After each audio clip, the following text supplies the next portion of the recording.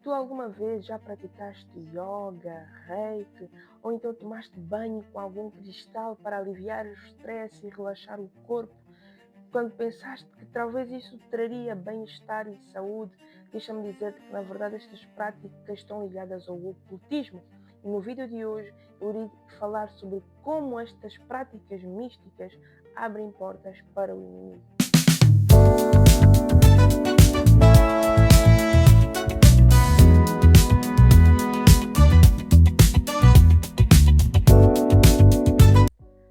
Muitos cristãos e não cristãos buscam saúde, bem-estar em práticas de meditação, práticas muito relacionadas para aliviar a ansiedade, o estresse, para relaxar o corpo e tudo isso. Só que muitas destas práticas estão ligadas a seres espirituais. O que acontece?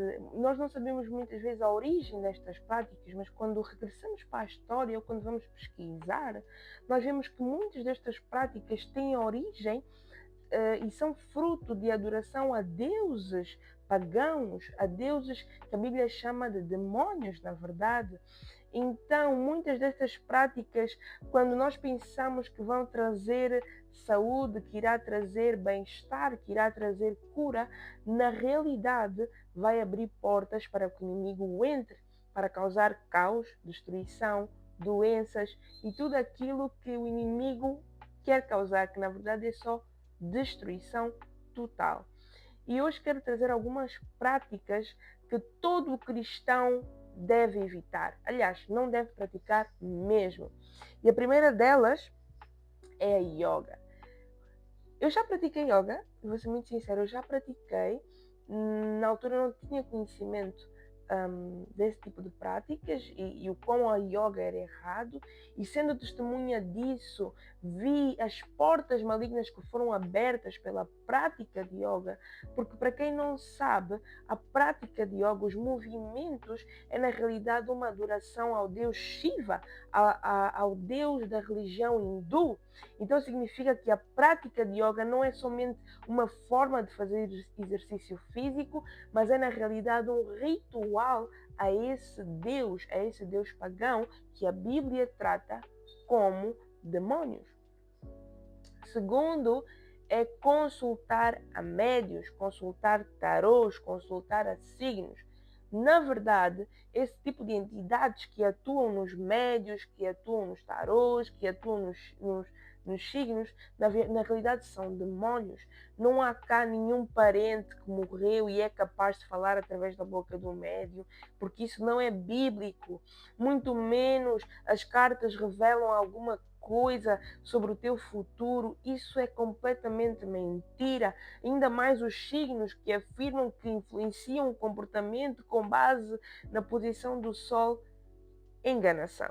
Na realidade são demônios que influenciam a vida das pessoas. Eles querem te fazer acreditar que tu és do signo touro e por isso tens este comportamento, para serem capazes de te moldar e te fazer parecer distante da identidade que a Bíblia afirma que tu és. Então, esse tipo de entidades vêm com enganação e usam médios, que na verdade os médios até têm um dom de Deus, um dom de revelação, mas que usam para as trevas. O inimigo sempre vai pegar nos dons que o Espírito Santo dá para usar para o reino das trevas. Então, até mesmo os médios, se eles forem alcançados por Jesus, eles podem utilizar o dom que o Senhor os deu para a honra e glória do nome de Jesus. Só que o que é que Satanás fez? Pegou nos dons deles e levou para as trevas. E por isso é que hoje eles são usados como intermediários entre os seres espirituais da maldade e as pessoas, não é? Há médios que transformam a voz, mudam o tom de voz e tudo isso. Isso é ocultismo. Isso é bruxaria. A bruxaria não é somente as práticas que a gente vê completamente obscuras. Coisas mínimas, coisas que aparecem de forma discreta, como quando consultamos a previsão da semana consoante o nosso signo. Tudo isso é consultar basicamente a demónios para saber como vai ser a tua semana. Então, como é que tu esperas que seja a tua semana? Provavelmente rodeada de demónios, porque tu perguntaste a eles como é que seria a tua semana. E eles deram-te a previsão deles e tu aceitaste. Então tu partes do princípio que a tua semana será com base na previsão que o demônio estabeleceu. Então não é de admirar que a tua semana não vá correr da forma como esperaste, ou que passes aflições, ou que abras portais malignos durante a tua semana, porque tu deste a legalidade ao consultar os signos. Tu deste legalidade ao consultar tarôs. Por isso é que a Bíblia diz que Deus desafiou os deuses pagãos e disse: se vocês realmente são deuses verdadeiros, então digam-me o futuro. Digam-me exatamente o futuro de forma certeira.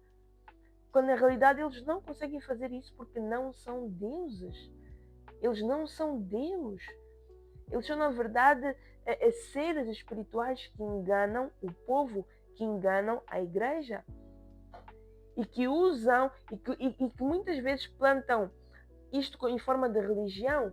Por exemplo, as religiões de origem hindu, que adoram a vários deuses, o deus do sol, o deus da chuva, e o deus daquilo, e o deus da assado e cozido. Tudo isso são entidades demoníacas. Eles plantam religiões para se instalar, para se infiltrar e para dominar territórios.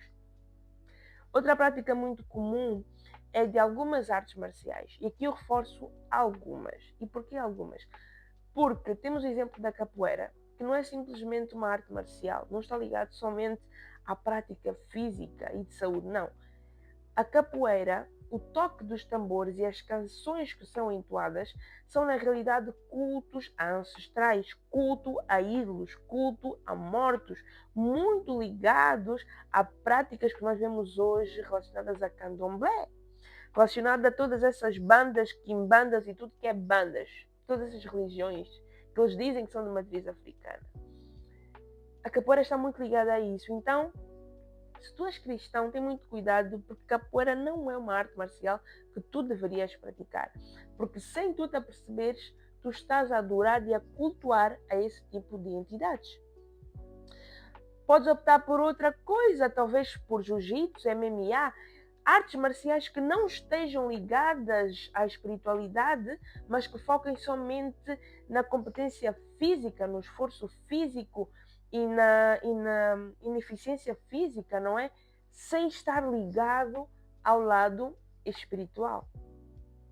Outra prática muito comum e que muitos cristãos já praticaram, ou que praticam até hoje, está muito relacionada ao reiki. Se tu és cristão e praticas reiki, acredita que estás em completa bruxaria, ok? É uma prática de ocultismo completa. Esses espíritos, eles canalizam energias, disfarçam-se de pontos energéticos para dominar determinados pontos do teu corpo. Satanás, ele é capaz de dominar cada parte do teu corpo.